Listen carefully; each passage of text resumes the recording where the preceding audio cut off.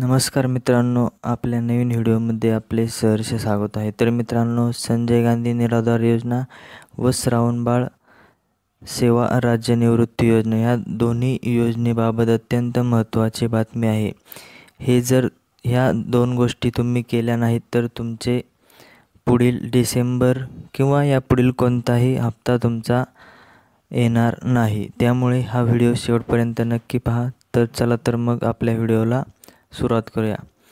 तर मित्रांनो, महाराष्ट्र शासनाने हा नवीन GR जाहीर केलेला आहे। संजय गांधी निराधार अनुदान योजना व श्रावणबाळ या दोन योजनेचा हा जो काही पुढील येणारा हप्ता आहे, म्हणजेच जे काही अर्थसहाय्य वितरण आहे ते आता इथून पुढे MHA-DBT द्वारे करण्यात येणार आहे। त्याबाबतचा हा महाराष्ट्र शासनाने 19 डिसेंबर 2024 रोजी GR जाहीर करण्यात आलेला आहे। तर मित्रांनो, या GRमध्ये नेमके काय सांगितले आहे, तर यामध्ये सामाजिक न्याय आणि विशेष सहाय्य विभागाअंतर्गत राज्य पुरस्कृत संजय गांधी व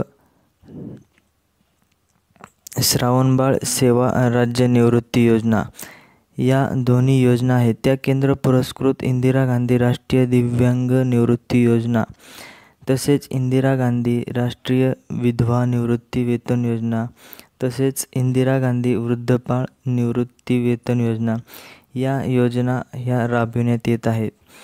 तर डिसेंबर 2024 पासून सदर योजनेअंतर्गत पात्र लाभार्थ्यांना अर्थसहाय्याचे वितरण हे DBT पोर्टल मार्फत थेट त्यांच्या बँक खात्यात जमा करावयाचे आदेश हा शासनाने काढलेला आहे। तर यांचं म्हणणं असं आहे की तुमच्या बँकेला तुमचे आधार कार्ड लिंक असणे गरजेचं आहे। ज्यांचे लिंक नाही त्यांना जो आधी भेटत होता तसाच मॅन्युअली भेटणार आहे।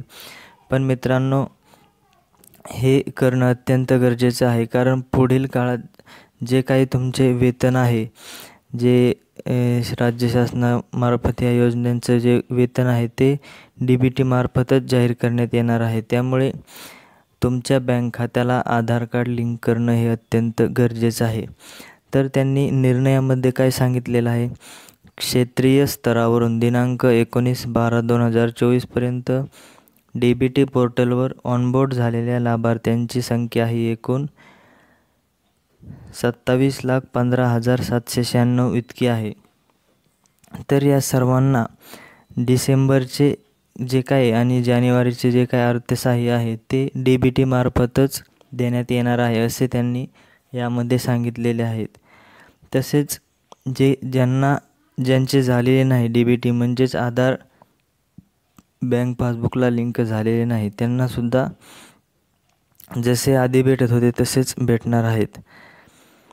त्यांनी खाली काय दिलेलं आहे, दरम्यानच्या कालावधीमध्ये सर्व जिल्हाधिकारी यांना DBT पोर्टलवर प्रलंबित असलेल्या लाभार्थ्यांची माहिती भरण्याची कार्यवाही युद्धपातळीवर करण्याबाबत, तसेच लाभार्थ्यांचे आधार अद्ययावत करण्यासाठी तालुका मंडळ स्तरावर विशेष मोहीम राबविण्यात सर्व जिल्हाधिकारी यांनी यापूर्वी संदर्भ क्रमांक 4 येथील पत्रान्वये सूचना देण्यात आलेल्या आहेत। म्हणजे सर्व जे काही ऑफिस आहेत, म्हणजे संजय गांधी असतील किंवा वेगळी योजना असतील, त्यांना केंद्राच्या मार्फत त्यांना नोटिसा पाठवलेल्या आहेत की तुम्ही हे काम करून घ्या। तसेच त्यांनी काही खाली सांगितले, दिनांक 19/12/2024 पर्यंत ऑनबोर्ड झालेल्या संजय गांधी निराधार योजनेतील लाभार्थ्यांची संख्या 12,36,425 इतकी आहे। तसेच श्रावणबाळ सेवा राज्य निवृत्ती वेतन योजनेतील लाभार्थ्यांची संख्या 14,79,366 इतकी आहे। अशा एकूण 27,15,791 लाभार्थ्यांना डिसेंबर 2024 पर्यंत, म्हणजेच डिसेंबर महिन्याचे जे काही अर्थसहाय्य आहे ते DBT मार्फत देण्यात येणार आहे। तर मित्रांनो, जे काही DBT पोर्टल मार्फत थेट त्यांच्या बँक खात्यात जमा करण्याकरिता रुपये 408.13 कोटी एवढ्या निधीची आवश्यकता आहे। त्यामुळे सदर योजनांकरिता स्टेट बँक ऑफ इंडियामध्ये उघडण्यात आलेल्या स्वतंत्र योजनानिहाय बँक खात्यामध्ये हे वर्ग करण्यात आलेले आहेत. तर मित्रांनो, जो काही डिसेंबरचा हप्ता आहे तो तुम्हाला हा DBT मार्फत देण्यात येणार आहे, असं या जी आरमध्ये त्यांनी सांगितलेले आहे. तसेच त्यांनी हे पण सांगितलेले आहे की ज्यांचे अजूनही आधार कार्ड हे त्यांच्या बँक पासबुकला लिंक नाहीत, त्यांना हे पैसे मिळणार नाहीत. कारण मॅन्युअली पण ते टाकणारच आहेत, पण जोपर्यंत तुम्ही करत नाहीत तोपर्यंत ते त्यांच्या पद्धतीने मॅन्युअली करत राहणार आहेत. पण काही दिवसानंतर ते पण बंद होऊ शकतं. त्यामुळे तुम्ही लवकरात लवकर तुमचे बँक पासबुकला म्हणजेच बँकेला तुमचे आधार कार्ड लिंक करणे गरजेचे आहे. कारण इथून पुढे जे काही शासकीय योजना असतील किंवा इतर कोणत्याही केंद्राच्या महाराष्ट्राच्या योजना असतील, त्या सर्व योजना ह्या DBT मार्फतच चालविल्या जाणार आहेत.